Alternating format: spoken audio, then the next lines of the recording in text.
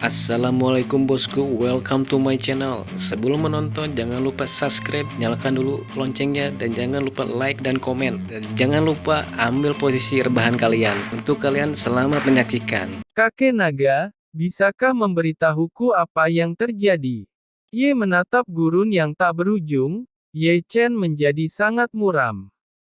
Tidak ada orang lain yang tahu apa yang terjadi. Apakah dia tidak tahu apa yang terjadi? Ye Chen hanya menyesuaikan koordinat ruang sesuai dengan metode yang diajarkan oleh kakek naga, tetapi dia tidak tahu apa yang sedang terjadi. Teleportasi dan teleportasi, saluran ruang angkasa runtuh, dan jika muncul lagi, itu sudah ada di sini. Kakek naga berkata, karena saluran ruang angkasa terganggu oleh suatu kekuatan, ini menyebabkan saluran ruang angkasa runtuh. Ye Chen berkata, kakek membuat alasan untuk dirimu sendiri. Kakek naga berteriak marah, omong kosong, tidakkah kamu merasakannya kekuatan aneh di saluran luar angkasa? Benar-benar tidak mengatakan, kata-kata kakek naga membuat Ye Chen mengerutkan kening. Memang, ketika Ye Chen berada di lorong luar angkasa, merasakan kekuatan misterius dan kuat, yang membuat lorong luar angkasa itu sangat tidak stabil sampai runtuh. Memikirkan hal ini, Ye Chen tidak bisa membantu tetapi melihat sekeliling, di sini pasir kuning beterbangan, tidak ada tumbuhan, tetapi gurun yang tak berujung, meski penglihatannya luar biasa, dan gagal menangkap ujungnya gurun. Tidak hanya itu, Ye Chen juga samar-samar merasakan perasaan depresi yang tidak bisa dijelaskan. Adapun dari mana asalnya, dia tidak tahu. Tempat ini agak aneh. Bergumam, Ye Chen memanggil pedang terbang dan menginjaknya. Namun, pedang terbang itu berdengung, tetapi tidak bisa naik ke langit. Ye Chen mengerutkan kening, dan mengeluarkan lebih dari selusin pedang terbang satu demi satu, tetapi hasilnya sama seperti sebelumnya, pedang terbang itu tidak dapat naik ke langit. Tak berdaya, Ye Chen memanggil api sejati, tetapi yang membuatnya salah adalah bahwa bahkan awan yang dibentuk oleh api tidak dapat terbang ke udara, tampaknya ditekan oleh kekuatan yang kuat. Bagaimana situasinya? Fenomena aneh seperti itu membuat Ye Chen tiba-tiba ragu-ragu. Tempat ini sangat aneh. Ye Chen melihat sekeliling ke gurun tak berujung lagi. Berpikir tentang itu, Ye Chen menunjuk ke satu arah dan berlari cepat, dan tidak ingin tinggal di sini berlama-lama. Namun, sesuatu yang lebih aneh muncul, dan Ye Chen terkejut menemukan bahwa setiap langkah yang diambilnya, vitalitas di tubuhnya hilang, dan semakin cepat kecepatannya, semakin cepat hilang. Pada akhirnya, kekuatan spiritual sedikit rusak. Bagaimanapun, Ye Chen berhenti, karena laju aliran gas statis akan jauh lebih lambat. Ini seharusnya menjadi gurun salah satu dari 5 besar tempat terlarang dataran Chu. Ye Chen tidak bisa membantu tetapi mengerang, melihat sekeliling, fenomena aneh ini. Berbicara tentang kata gurun, wajah Ye Chen agak jelek. Meskipun Ye Chen tahu sedikit tentang bagian utara dataran Chu, nama gurun yang ganas masih terdengar.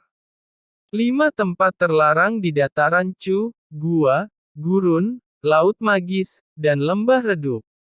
Gurun adalah salah satu tempat paling aneh. Selama ribuan tahun, tidak ada yang bisa keluar dari gurun. Sambil mengerang, Ye Chen hanya merasakan getaran, dan Ye Chen kehilangan kontak dengan 9 avatar dunia bawah tanah di matanya. Tiba-tiba, wajah Ye Chen berubah sangat. Hubungan antara tubuh utama dan avatar akan terputus. Ini adalah bagaimana Ye Chen tidak bisa membayangkan, dan kehilangan kontak dengan 9 klon.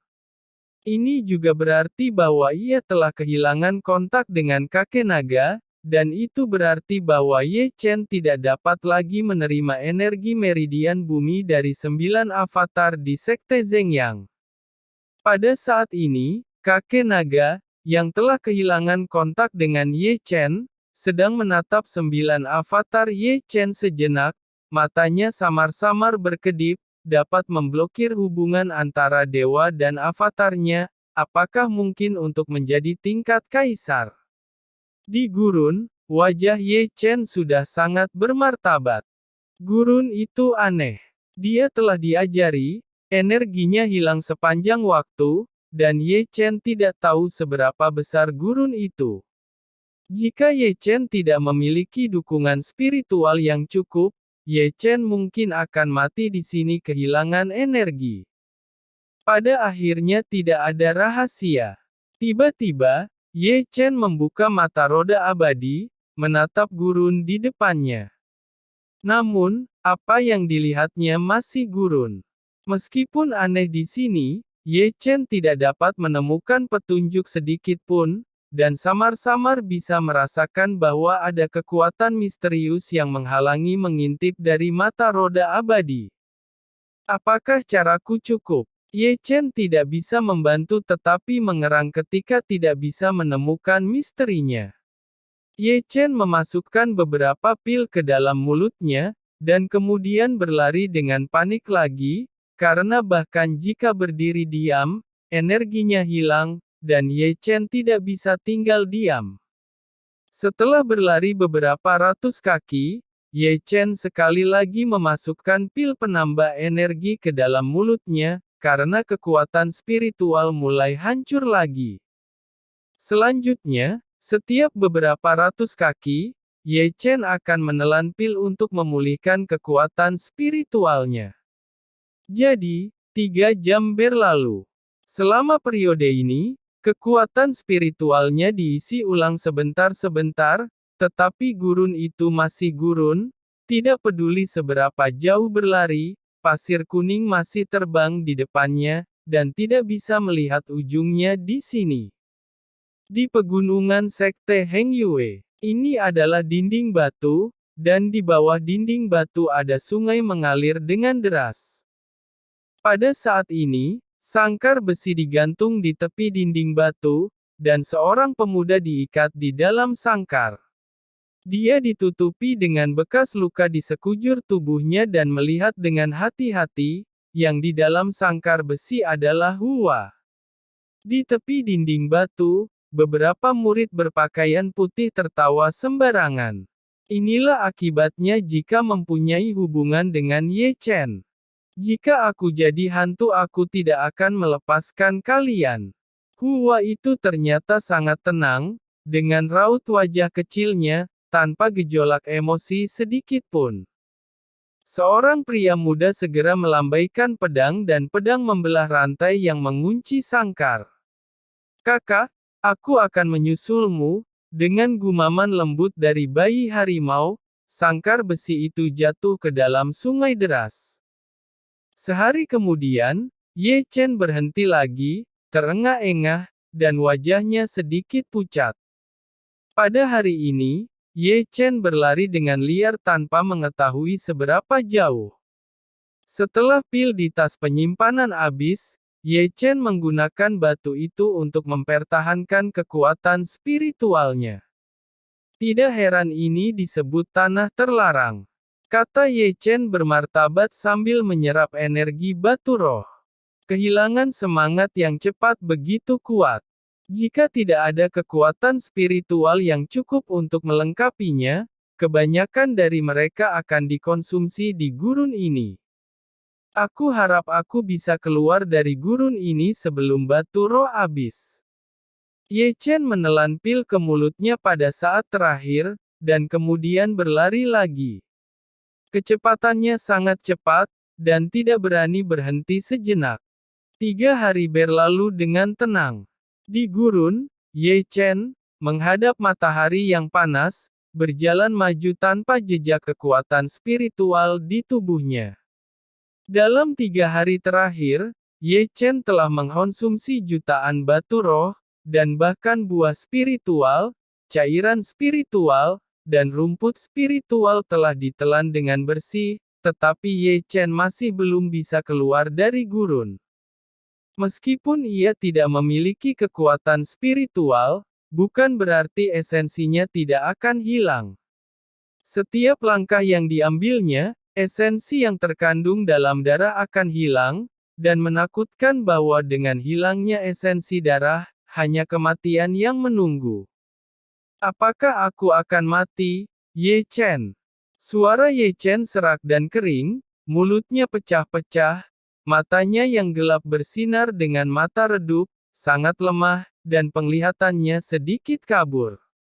Ye Chen tahu bahwa berada di ujung hidupnya. Jika tidak ada keajaiban yang terjadi, Ye Chen pasti tidak akan bisa mempertahankannya selama setengah jam. Gurun ini seperti vampir. Dia telah mengambil kekuatan spiritualnya, menelan darahnya akan mengubahnya menjadi mayat dan menguburnya di gurun yang tak terbatas ini. Ye Chen kelelahan dengan senyuman, dan serangkaian jejak kaki di belakangnya terkubur di pasir kuning yang beterbangan, meninggalkan dia yang kelelahan tanpa jejak kematian. Namun, sebelum jatuh, Ye Chen samar-samar melihat istana bobrok di depannya, menyebabkan matanya yang sangat redup memancarkan cahaya lemah. Zixuan, keluar, bawa aku ke sana. Bagaimanapun, 1 detik sebelum menutup matanya, Ye Chen memanggil boneka Zixuan, dan 1 detik sebelum menutup matanya, dia menghabiskan kekuatan terakhirnya untuk memberi perintah kepada Zixuan. Ye Chen hanya merasa hangat, dan tidak bisa membantu membuka matanya. Matanya bingung sejenak, dan segera pulih kesadarannya, berbalik dan duduk, melihat sekeliling. Apakah ini istana di Tengan Gurun? Ye Chen benar-benar mendapatkan kembali ketenangannya dan membunyikan apa yang telah dia lakukan sebelum dia pingsan. Lalu biarkan Zi Zixuan membawanya ke istana yang dilihatnya. Memikirkan hal ini, Ye Chen melirik Zixuan di sampingnya. Dia tampak bodoh, seperti lembing, berdiri di sana, melihatnya. Jika itu bukan bonekanya, saya khawatir Ye Chen telah dikubur di bawah pasir kuning. Ada aura di sini. Ye Chen sepertinya memikirkan sesuatu, merasa aura tipis masih ada di udara, dan memasuki tubuhnya dengan jejak, meskipun jarang, itu sudah cukup untuk mengembalikan kemampuannya untuk bertindak. Selain itu, Ye Chen juga menemukan bahwa di istana ini, energinya, usia dan kekuatan spiritual tidak hilang, seolah-olah istana ini adalah tanah suci di gurun ini, dan tidak dibatasi oleh kekuatan aneh. Bagaimana bisa ada istana di gurun? Setelah terkejut, Ye Chen melihat sekeliling istana untuk kedua kalinya. Istana ini hanya berukuran sekitar 10.000 meter persegi, memancarkan suasana yang sangat kuno. Banyak tempat telah runtuh, dan tempat-tempat yang dapat Anda lihat, seperti pilar batu dan dinding, tertutup debu. Tempat apa ini? Keraguan ekstrim di hatinya membuat Ye Chen berjalan masuk. Kemudian Ye Chen menemukan bahwa salah satu ujung istana masih mengandung banyak kekayaan. Ada altar kuno. 4 pilar batu berdiri di sekitar altar, dan di atas altar, ada lingkaran sihir, bersinar, dan masih berjalan dengan sendirinya. Apakah itu susunan teleportasi ke dunia luar? Mata Ye Chen berbinar, dan 3 langkah dan 2 langkah datang dengan cepat. Melirik sekeliling, Ye Chen tidak mengatakan sepatah kata pun, dan langsung pergi ke formasi arai. Ye Chen bertekad bahwa itu tidak peduli kemanapun teleportasi membawanya daripada terjebak di gurun ini. Yang mengecewakannya, formasi hukum ini sama sekali bukan formasi teleportasi. Ye Chen memiliki beberapa penyesalan. Ketika hendak pergi, Ye Chen menemukan bahwa ada sedikit cahaya bintang yang menyinari tubuhnya, dan cahaya bintang itu bahkan bergabung ke dalam tubuhnya dan disempurnakan menjadi kekuatan spiritual murni oleh api sejati. Segera, cahaya bintang yang terang jatuh dari kepalanya dan memercik padanya, dan lebih banyak cahaya bintang bergabung ke dalam tubuhnya. Tanpa sadar, Ye Chen tidak bisa membantu mengangkat kepalanya.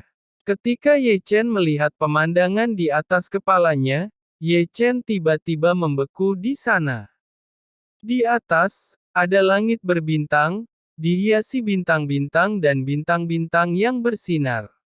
Di antara langit berbintang, 9 bintang adalah yang paling terang, seperti 9 bintang pelindung, menjaga langit yang luas. Tiba-tiba, Ye Chen menundukkan kepalanya, menggosok matanya, dan melihat lagi. Apa yang dilihatnya memang langit berbintang. Ini jelas siang hari, bagaimana bisa melihat langit berbintang? Ye Chen sedikit tertegun. Tentu saja, saat kata-katanya jatuh, 9 bintang di langit benar-benar jatuh, sepertinya datang langsung kepadanya melintasi langit abadi, dan akhirnya jatuh ke alisnya. Wow! Segera, Ye Chen memeluk kepalanya dan berteriak kesakitan. Segera, Ye Chen pingsan di atas lingkaran. Meskipun Ye Chen pingsan, lingkaran sihir masih berputar. Dengan rotasi lingkaran sihir, bintang-bintang mengalir turun, membuat tubuhnya terlihat seperti awan. Di sini, sekali lagi terdiam. Itu adalah Zixuan di samping, tubuhnya yang kaku bergetar, tetapi segera dia memulihkan ketenangannya. Saya tidak tahu berapa lama sebelum Ye Chen bangun dari pingsan. Meskipun masih ada sedikit rasa sakit di kepalanya, tampilannya juga ekstasi yang tak tertahankan, karena 9 bintang jatuh dikumpulkan menjadi energi spiritual tertinggi. Dalam pingsan, Ye Chen telah sepenuhnya memahami jurus ini. Jurus rahasia ini adalah jurus rahasia yang menyerap kekuatan bintang-bintang, dan kekuatan bintang-bintang dapat disempurnakan menjadi esensi kekuatan spiritual. Ye Chen tersenyum riang. Alasan mengapa langit tidak ada habisnya adalah karena Ye Chen telah menemukan cara untuk hidup dari hukum tertinggi ini. Kekuatan konstan bintang-bintang setara dengan aliran kekuatan spiritual yang stabil. Dukungan spiritual, hanya masalah waktu untuk keluar dari ini gurun. Benar saja, keberuntungan dan kebahagiaan bergantung satu sama lain. Senyum melintas di sudut mulutnya, dan Ye Chen duduk bersila di depan lingkaran sihir, menjalankan jurus 9 bintang melahap kekuatan bintang-bintang yang mengalir turun. Kemudian, api dan guntur melonjak untuk membantu mereka memperbaiki kekuatan bintang-bintang, mengubahnya menjadi kekuatan spiritual klasik, dan mengalir ke lautan inti. Dengan cara ini, tidak tahu berapa lama, lautan inti yang kering sekali lagi berkumpul menjadi lautan kekuatan spiritual. Dan, kali ini, sesuatu berubah dalam lautan intinya. Melihat ke dalam, lautan spiritual emas laut melonjak, tetapi di atasnya ada kelap-kelip cahaya bintang. Jika melihat lebih dekat, dapat melihat bahwa ada bintang-bintang emas, 9 bintang di antaranya sangat terang. Tidak hanya itu, tubuh Ye Chen bukan hanya meridian kerangka, tetapi bahkan sedikit cahaya bintang bersinar di dalam darah, yang sangat aneh. Dengan mata tertutup, Ye Chen telah memindahkan sidik jarinya. Tiba-tiba, 9 helai asap hijau muncul dan berubah menjadi klon. Kemudian, di bawah pengaruh pikirannya, dia duduk di sebelahnya, menyerap kekuatan bintang-bintang, dan kemudian mengirimkan semuanya kepadanya. Dengan cara ini, 3 hari berlalu dengan tenang. Ye Chen membuka matanya. Selama 3 hari terakhir, Ye Chen terus menyerap kekuatan bintang-bintang, yang telah membawanya kembali ke kondisi puncaknya, dan temperamennya menjadi sedikit berbeda, terutama mata gelap, seperti langit berbintang yang luas, dan cahaya bintang yang berkedip-kedip di dalamnya. Rasanya sangat enak. Ye Chen memutar lehernya dengan keras, dan Ye Chen berbalik dan melompat keluar dari lingkaran. Tetapi 9 klon avatarnya masih duduk di sana, dan masing-masing dari mereka telah menyerap kekuatan bintang-bintang, dan kemudian mengirimkan kekuatan bintang-bintang kepadanya melalui hubungan antara klon avatar dan tubuh utama. Ye Chen tersenyum, lalu memasukkan Zixuan dan keluar dari istana. Di luar, itu sudah menjadi langit berbintang, tapi sekarang langit berbintang jatuh di mata Ye Chen, itu sangat baik, dan dia tidak menunggunya untuk bermeditasi di langit berbintang. Langit berbintang dituangkan ke bawah, sehingga seluruh tubuhnya bermandikan di bawah bintang-bintang. Menarik napas berat, Ye Chen berbalik dan melompat keluar.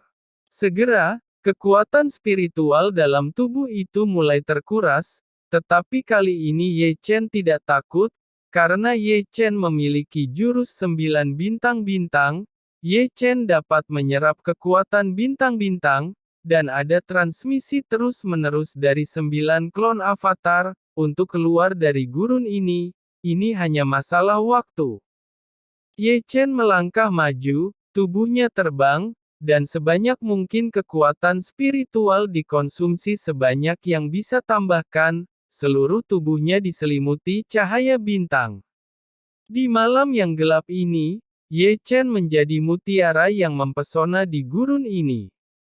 Di bawah langit, Chu Xuan'er berdiri diam di puncak gunung, menyaksikan langit berbintang dengan tenang, berharap menemukan yang paling terang satu. Chu Xuan'er bergumam, Ye Chen di mana tubuhmu berada? Ye Chen di mana tubuhmu berada?